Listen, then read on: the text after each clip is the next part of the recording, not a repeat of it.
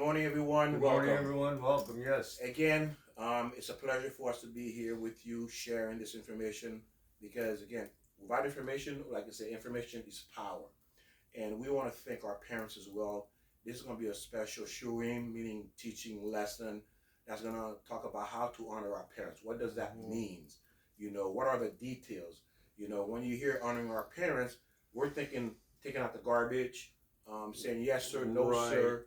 What else do you think about when we talk about parenting, honoring them? Oh, just yeah, everything. The messages they give us, the things that they do. If it's driving us to school or making dinner, I mean, there's so many. Even educating us. Exactly. No, of course, much more like you say, Joe. Actually living. But again, before we move forward, I want to say thank you, Gene, for the card.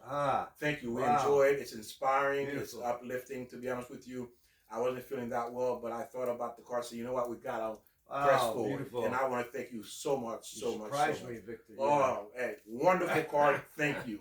I appreciate it. Victor, let me start out by saying Please, yeah. that for me, again, this isn't about religion. This is about source. This is about God.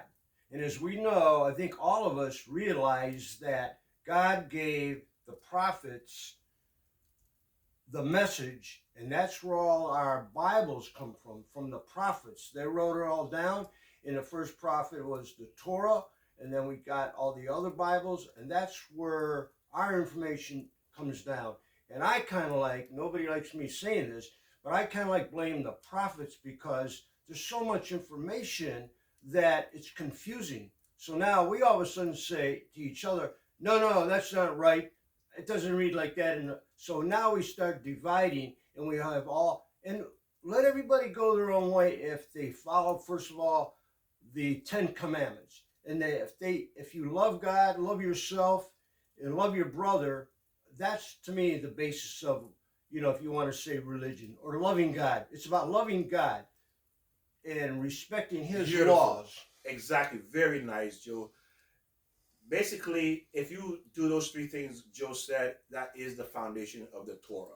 That's what it says. Loving God, loving your brothers, sisters, treat them the way you want to be treated. But again, but we have moved away from that. We don't know what that means. Right. Because of technology and civilization has developed so rapidly, we think now we're God because we can do things, we can create things.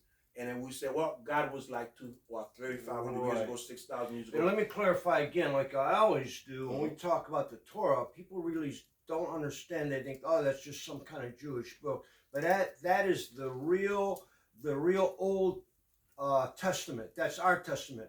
I'm reading the Torah now, and I'm reading 4 Bibles plus the Torah. And you know what? You're all saying the same thing. Sure, there's different things here and there, but this is coming from me. And Victor and I, we have the same messages. Sometimes we have different ideologies or, thoughts. And that's beautiful. But go on, Victor. Yes, absolutely. And again, if you're reading from the Old Testament, the Torah, the 5 Book of Moses, you're on the right track. Because again, I tell people, where does your knowledge come from about God? If you ask every single person on the planet who believe in God, they will tell you from the Old Testament, Moses, Abraham, Isaac, Jacob, the prophet. Yes, prophets. There you go. I didn't know that Moses was a prophet. Yes. I just thought from the movie, The 10 Commandments, there's this guy goes up the mountain, sees God, the burning bush, comes down with plates, which is true and beautiful. I'm not denying that. But we don't see it. Moses and Noah and Abraham being prophets. They're the original prophets, and we got all our information from that. And sometimes things get distorted. Diluted as people come behind and change it because of why they want to create. Because remember, everybody wants to create their own kind of religion to fit their need, their desire. But as I said, you go to the source, and that is the source. If someone's speaking ill about you, you're not going to hear it from secondhand. No, you want to hear from to the source. To the source, exactly. Yeah. So this is where these information coming from, the source, ladies and gentlemen. But again, without this information, how do we live here? Because everything's so complicated, and we don't know what we're doing. We think we do, but we don't. The Creator, our Creator, giving us the rules for us to work and develop and grow by, how to conduct Now ourselves you're in saying the the world. rules. We're talking about 10 commandments, Yes. which we as Christians have 10. But as far as The other Jews. rules of the Jews and Hebrews and Torah, there's like 613, yes, plus 7 more. I can't believe that. I'm trying to follow 10. How do I follow 613? Because there's 3 parts, and that's a good question, Joe. There's 3 parts to the Torah, ladies and gentlemen, so that you'll know. First, you have the oral Torah. The oral means God spoke directly to Moses. It's like he downloaded the information into Moses' brain. Okay, he downloaded like a computer. Then you have the 5 book of Moses, which he wrote when he was in a desert. Okay. Then you have the 10 commandments. Okay. You see, there's 3 parts.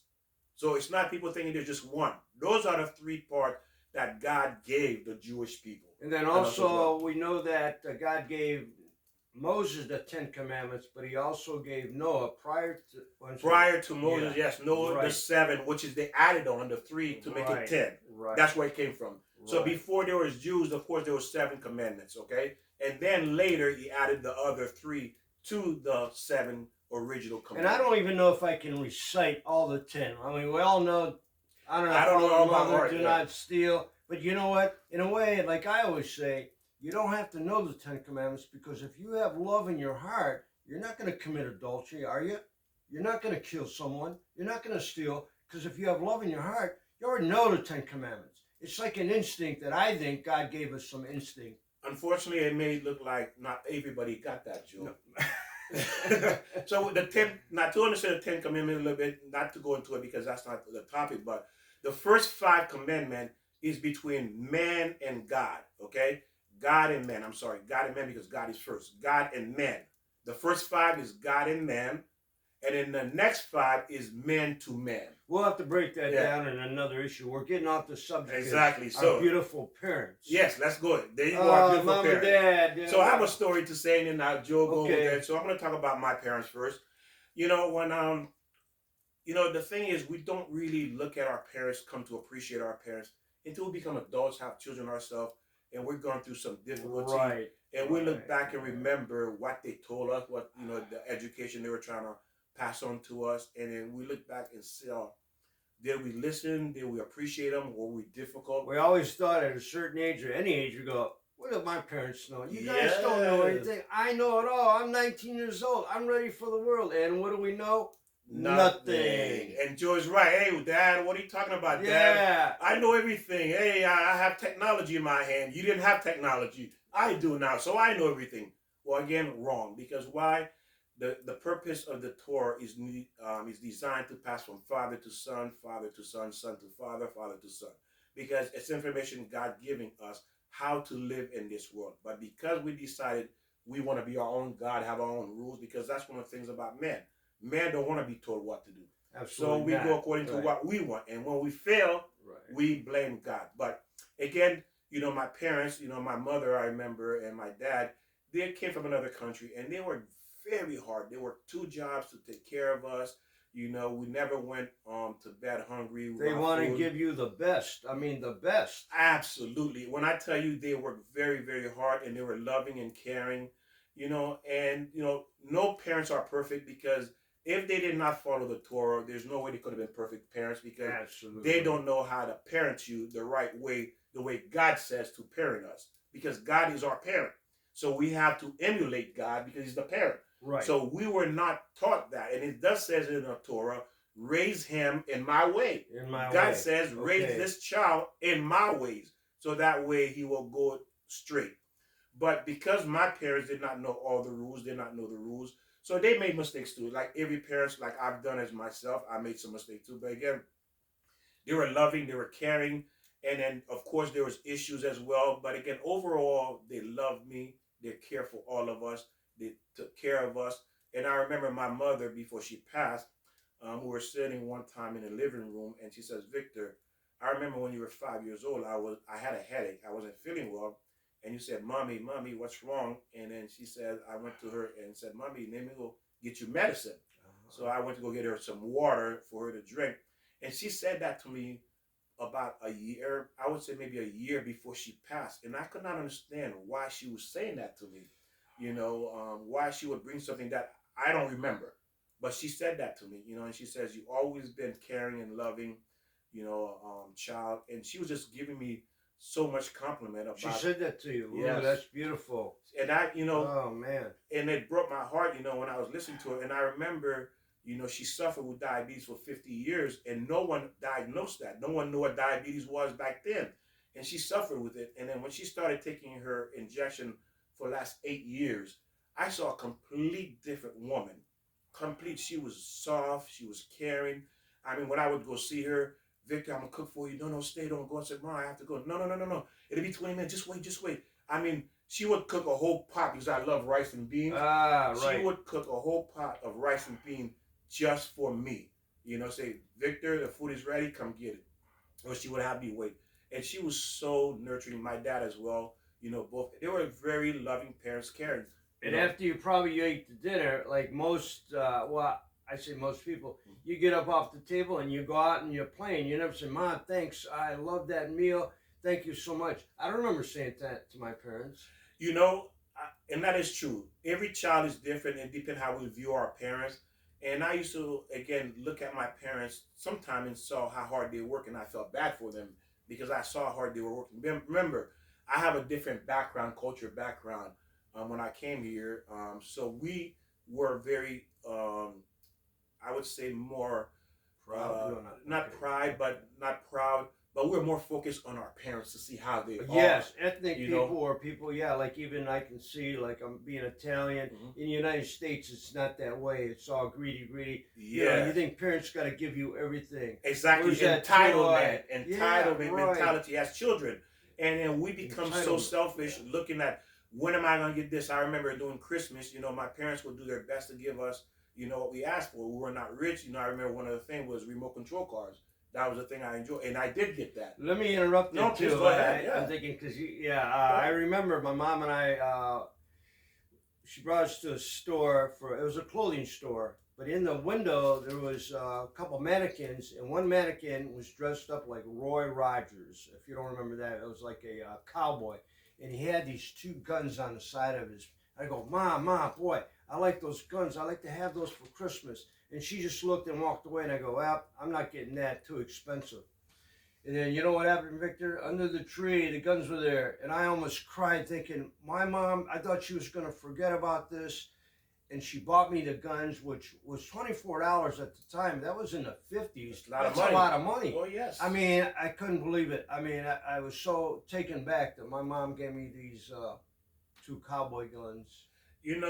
So again, and it seemed like we come to realize how much our parents have done for us. Not until we become adults, and we didn't realize the struggle. Going to a job they didn't like. Putting up with a boss that was horrible, horrible hours. Work condition, but yet they did it because they loved us. So this is what we're doing. Let me tell another story. I'm always interrupting you. Go ahead, Joe. Yeah. In high school, I did something. Okay, not right. Whatever. I don't even remember what it was, but I had detention, and I had to go to school before the school started. And actually, couldn't drive. So my dad, I didn't tell you this story. For a whole week, my dad had to go out of his way, drop me off at the school so I can be in this detention, and then he would go to work. And I felt so bad that he had to drive us for a whole week, driving me to school, and then he had to go to work. It was, I was so selfish. And I mean, that makes me sad right now that I had to take my dad out of the way because he had to go to work. And like you said, I mean, yes, and this is the thing that if we were taught how to honor our parents, we wouldn't have no regrets today. No, that's the point. Right. The point is not to have regret. And how do we live a life without regret? Is when we have the right information, we know what to do at the right time. And because Joe and I did not know a lot of things about how to honor our parents, of course we're going to make mistakes. Well, most of us don't. Yeah, I mean, even seeing my friends and everything, you don't have that respect. And as a former school teacher, I watch these kids. They don't even have respect for the teachers, the adults, even police officers. I watch and listen to kids speak to their parents in a way I can't even imagine. But and I had one specific student. A teacher was telling me about a student, and she told me she called the mother, and the mother says, and she was telling the parent what to do with this daughter. And then she said, "Well, take her cell phone." She says, "If I take her cell phone, I would have to call the police. I would not be able to live in the house." Don't get me on that cell phone. Look how you know what I'm saying. No, What I'm showing is, look at the level of disrespect of not honoring. right. And then this child will suffer for dishonoring your parent. I'm telling you, you're going to have a terrible, difficult life. Whatever you do to your parents, it's going to come back, because God says, "I promise." This is a promise He made. Whatever you do to your parents, I'm going to do to you. You see, I'm going to do to you. Let me interrupt again here. No, please. We have to bow down to the children who have parents that really don't know how to handle parents, or are just mean to children. I mean, whatever it is, a lot of people, if it's they run away from the marriage and never see their kids, or they beat them because they're drunk. Well, I'm saying that some children either never even know their parents, or get bad mistreated, or bad information. So, you know, I've never experienced that. You know, not even relate to that, but that's got to be devastating to have a parent just be totally, well, I'll use the word evil. There are some parents who are evil. That is true. There are parents who are not good people. They are evil. That is true. That, because evil does exist, doesn't mean they're your parent. They're not evil. That is true, because the things that you hear they do to the children, can't even begin to imagine. So now the question is, though, is that we bring children in the world and we don't know what we're doing with them. You know, we're thinking that, hey, just because I can have a child, that I'm a parent. Wrong. Mm-hmm. First, you have to be a human being first. Before you can be anything else, you have to be a human being. What does it mean to be a human being? To be with God, and be to take commands, and to know the rules, and to be respectful to yourself, to your mate, to your children, to everybody out there. And again, we're talking about how you mentioned to your mom was the condition she was in. She was kind of like, you didn't know how she was acting. But going back to, like, wherever we go, let's say a restaurant, or we're going to a person who's serving us in any way, and if they have an attitude, we think right away, well, they're mean. Whoa, but you don't know point, where Joe. they come from. Good point. I mean, are they having a medical problem? Are they in pain? Or did they lose a child at that time? Or is there a child in the hospital? So when you see this waitress who's a little bit, or waiter, or any condition person, you have to find out or realize that you don't know where this person's coming from. Nice point, Joe. How many times do we go to work and we're upset about our child or whatever, and then we're mean to people? I've been there. Yes, that is a very, very good point, because it's true. We don't know what's going on in people's lives. All we've seen is the outside that they're portraying, but they're trying to hold their emotion. Their emotion is like a dam is about to break. Right. You know, water is about to break and spill over, and they fall apart, and they're trying to hold that water back. And then all they could take is one negative word from you, Yeah. or a positive word Right. for you that will strengthen that dam, Right. to keep that water back, from spilling out. So we have to be the one that help them hold up that dam, keeping the water from spilling over or breaking down and flooding their entire life. We have to be that. We have to be that support. And that's a very beautiful point. And that's the thing too, as children, we need to learn, what parents need to teach their children this. So as they grow up, get older, they understand how to respect their parents. And later in life, there is no regrets. There is no. And that's totally lost. I mean, you see a few children who really respect their parents, yeah. But mostly we see it in a grocery store yelling they want this toy or whatever the situation is. All right, so now a few things that we're going to talk about. How do we honor this parent?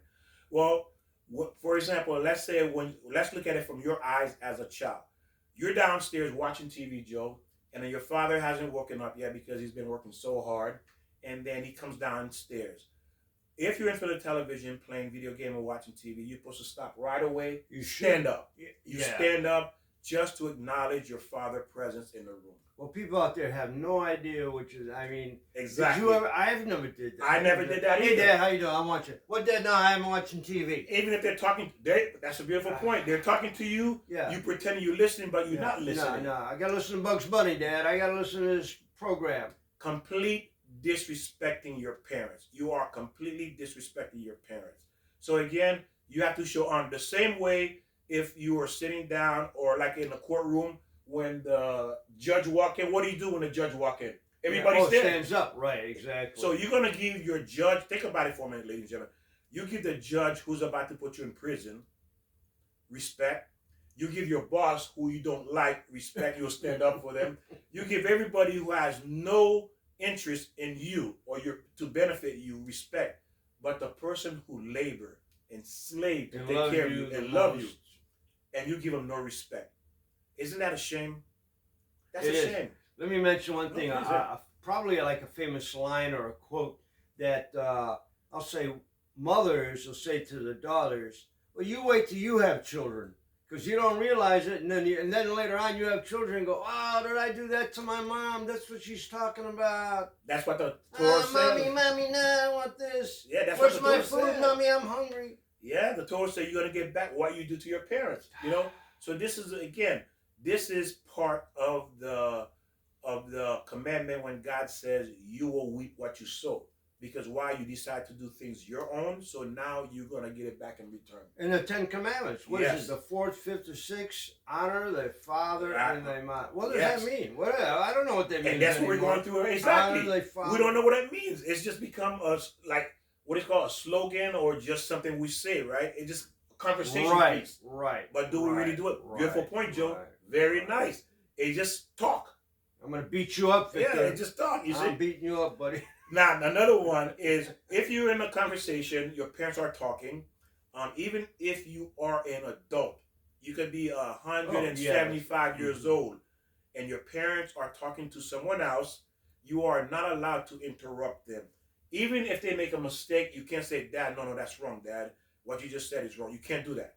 What you do, you wait after your father's finished or your mother's finished, you take them to the side or later on and says, "Dad, Mom, you remember what you were saying? Yeah, I was reading in the book. It says this and this in the Very book. good. Is that correct?" Like that. You're right. You got it. Yeah. He says, "Is that correct?" You're not allowed to correct your parents in front of other people. Well, you know, you taught me too, and that's my problem that I have. You can say it's a sin that I have when I discuss things with some people, and then all of a sudden I get a little angry, and then I might say something to them instead of taking them aside. So you cannot. It's just not your parents. But, you know, if I embarrass you beautiful in front job. of... nice, Keep going. No, Joe, beautiful. Keep going. Don't stop. Keep rolling. Oh. No, that's it. And he's right. Joe's right. So it doesn't, if you notice that, it doesn't just extend to your parents. It can extend to people and friends as well, or strangers you don't know. Because embarrassing is one of the worst crimes you can do to a human being in this world, to embarrass them. It's considered you spill their blood, you kill them. Right. That's how God sees it. Well, look at it if it was reversed. Somebody was embarrassing you in front of your friends or whatever, you would be ashamed or embarrassed. And what happens, Joe, when we get embarrassed, well, I don't get it, but your cheek gets red, right? No, you're right. Your cheek, because you flush because that's the red, that's the blood they're talking about. You spilling their blood, of course, literally too. Or as your well. Beard gets gray already. My beard might get more gray or glow. Glow, for me. So again, glow. you know, you cannot embarrass them. You have to be careful how, and that's what I said. If you did not know this, you probably done it, and you know, many times. But I think in my culture, we're not even allowed to speak. Let me ask you a question. Is it reversed too? Let's say a mother's in the store with a child. I know, you know, and then you don't want to really reprimand or embarrass the child too, but how do you handle that, like in a store? I mean, that's got to be a sensitive thing. It is sensitive. That's an awesome question. Yes, you don't want to do that in public. And then if you know, thing is this, if you know you're going to be in public with a child that is rude, the first thing you need to do, not to bring them. Not to bring that child, if you can help them. Keep them home. Right. But if that is a problem, you can say, you can negotiate with them for now. But again, it's not an idea to negotiate because a kid cannot run the house. Because if you're stuck with them. But they need to understand there's going to be punishment when you get home. And then you have to follow through with that punishment. They need to understand that before you leave the car. Says, listen, you better make sure you behave. You do as I tell you. If they misbehave, say, I'm not going to do it in the store. But when we leave, that's when the punishment going to take place. Not in the public. Well, that's where you teach it. And you don't have to be mean or punish. No. You can say, look, son or daughter, let's look at when you did this, we got to, you know, the right way, you got to be, you know. Well, God does say discipline. Okay. He says Discipline. that. You're not their definitely. friends. Yeah. You are there not you your go. children's friends. You're never their friends. Okay? Remember that. You are never their friends. You will always be their parents. Why can't you be their friends? I heard parents say, "Oh, me and my daughter or my son are friends." No, you are not friends ever. That sounds good, but really, when you think about it, children have to see the parent as being, adult, responsible. So that gets broken. Respect. Yeah. Because once you become friends with your children, the line of respect will be crossed. God says, "I'm still king and I'm still your father. You respect me. You honor me." You see? So you cannot become friends with your children. You have to remain. I am not friends with my children. I'm their father. And I will remain that way because why? Not allowed to be friends. You have to remain as the adult. I'm trying to think of a good word we can use to be not friends, but like. And there is no. That's why we can't create. That's why I can't think of. Yeah, you can't create. Again, don't go outside what God says. Remember, if you look at all the prophets, why were they punished? Because God told them what to do and they did not do it. That's why they got punished. That's why for me personally, I live the best I can according to what he says. Because why? I'm protected. I am protected. I don't have to guess if I did the right thing or not. So I feel confidence in what I do. So I'm protected. Now the next one is you're not allowed to sit in your father's chair ever. Ever. How many of you have jumped in your father's chair when growing up? You're never allowed to sit in his chair. Okay, that belongs to him because would you go sit in the king's chair? No. Would you go sit in President Trump's chair? No. President Biden's chair? You will not sit in these people's chair because you know it's disrespectful. Say president, don't make. Yeah, I know, but names. I know what I'm Biden, saying. Trump, But I'm showing you we wouldn't do it. You know what I mean? You're right, exactly. We would never think about going sit in the president's chair or the king's chair. It wouldn't cross our mind. It might, but we wouldn't do it. You know what I mean? So again, we cannot sit in our father's chair. Did you have this when you were a child? I grew up with a brother and an older sister, younger brother. And when we were in front of the TV, if we had to go to, say, the kitchen to get something, we always have to say, "This seat is saved." That means the other person can't sit there. And then if you didn't say saved, well, I can sit there. But you don't do that with your parents. No. There is no such thing. There's no thing. Yeah. Dad commands the chair. Because in the house, dad is king and mother is queen. And you treat them like if they are royalty, which they are. Perfect example, especially at a kitchen table. I mean, it was like everybody we know where dad sat. We know where mom sat. Sat? Is that the right word? Yeah. Sat? Mm-hmm. Okay. And now another thing is, you have to obey your father and your mother's command, but only if they're going with God. If their command is going against God, you are not obligated to listen to them. Okay? But other than that, you are obligated to listen back up. I got lost. I was concentrating. You said, okay. Obey your father and your mother orders, commandments. Whatever they ask you to do, obey. Right. You only disobey if they're telling you something that goes against God. Very beautiful. Yeah. If it's against God. Now, how do you know it's against God if you don't learn? Yeah. No, exactly. How would you know? Yeah, no, you wouldn't know. You see? So you have to learn to know what is with God and what is against God. If my parents with God or my parents against God. If you know it, well, only you can decide, make that decision. But again, you have to learn to know when not to do. Now, occasionally, my dad would say a couple words that shouldn't have been around the house. And my mom, right off the bat, said my dad's name was Ben, and my mom's name was Helen. And my mom would say to my dad, "Ben, don't use that word in front of the kids." Now, well, you shouldn't use it at all. But if my mom didn't reprimand my dad, then I would think, oh, he said that word. Nobody's saying not to use it. Then I would use that word, whatever the word is, so. That's beautiful. What was my point? So your mom is, remember, she's the helper, helping your father to be a better father. No, that's what she's doing. Exactly. Showing them, because that's what the purpose of a woman as well, is to help guide the husband. That's her job, because she can see things that the father cannot see. No, absolutely. Women have a sixth sense. Mm-hmm. We don't. We have 5, you have 6, so you're better than we are. Okay, so you can sense things that we cannot sense. Even with my dad smoked, and he even drank, but my mother never did. And I always thought, and I never smoked, and I'm not really a drinker, but my mom, I would think if my mom smoked, and my dad and my mom drank, I think that would be definitely easier for me to follow that because, well, they're both doing it. I could smoke, they're smoking, but Exactly, it's what you're teaching, and then that's a good point, Joe. I'm gonna tell you why the point Joe's making is this: because what you're teaching is not honoring how to honor the parents. Because if you're a drinker or smoker, if I become one, a drinker or smoker, I will never honor you as a parent. right, I'm a drunk. right, I'm right, a weed head. right, How can I ever respect you? right. I'm gonna take from you and treat you like garbage because why? That's what you made me into. Right. You And the see- reason why we're mentioning like smoking and drinking, first of all, we know smoking, it can't be healthy for you at all. And drinking, well, it all depends. Again, maybe I'm not saying you can drink a little bit, or it's just like alcohol is not good for your body. Beautiful. Again, what Joe is saying, that particular behavior you may learn from your parents is gonna lead you to disrespect them in time, eventually. Oh, absolutely. You're gonna dishonor your Absolutely. parents. Absolutely. A drunk doesn't have respect for their father, right? If you're smoking weed, you're smoking all these things, you're not gonna have respect for your father or your mother. Eventually, you two gonna bump head, you two get an argument, and again, as you know, it escalates, it goes beyond, you get thrown out the house, you go to jail, they don't know what to do with you, so the list goes on. There's nothing good gonna come out of that, and certainly you're not gonna be honored. And therefore, now this child is now going to be held accountable for disrespecting you, but you were the cause that made him disrespect you. You're the cause. I like that. Right, right. So Wow. God's gonna punish him because you made him disrespect you. And the word is, why are you acting like that? Why you shouldn't act like that? You know better, but you don't because you didn't teach. Exactly. You might have said it one time. Now sit over there and be quiet, and that's it. But you gotta.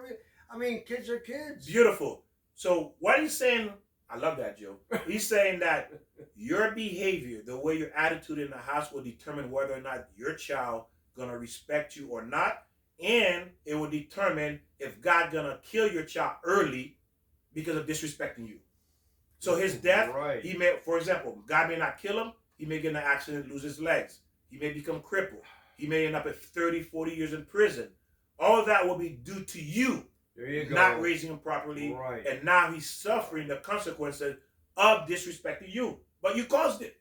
Right. You caused the disrespect. That'll be a lot hard for a lot of people to understand that because they no, it's not my fault, it's their fault. But like you say, Victor, you gotta teach. We don't teach. Yes, You know, we got see to the teach. kids out there now are just people they're not teaching. Your behavior, your action is teaching indirectly. You don't realize it. right. And Example. then later on, I hate when parents do this.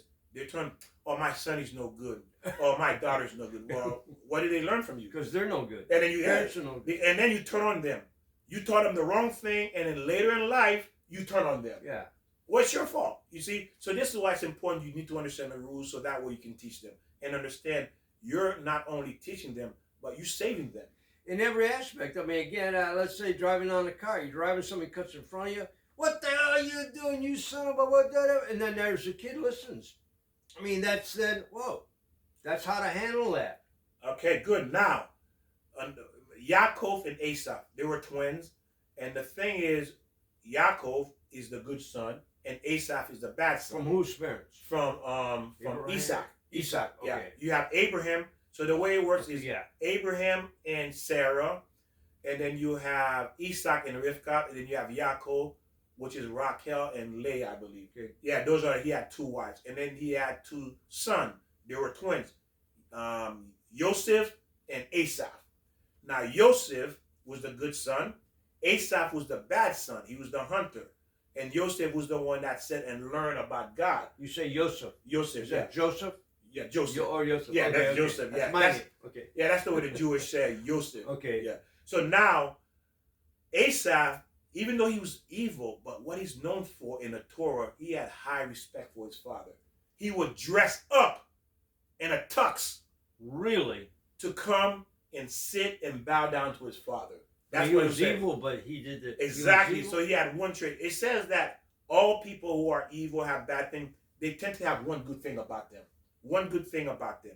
They're not pure all the way, but they tend to have one thing good about them. That was Asaph. He honored his father. Before he goes to his father, he would dress up. Can you imagine? Before you go to your dad, you wear a suit. You wear like a wedding dress every day before you go, before your parent, before your father, that's high respect, you know. Right. But again, Well, that not was- a man wearing a dress. no, not a man. Well, no. I think I wore the dress in No, my marriage. well, Well, we'll you know, talk about that in another. and that's the thing. Yeah, a lot of people do that. So a lot of men do that. And you know what? Again, we have, because we don't know our rules. That's the Mhm. problem. We don't know, and because we did not know, we made mistakes, and we paying for those mistakes now, later. And Well, those- I got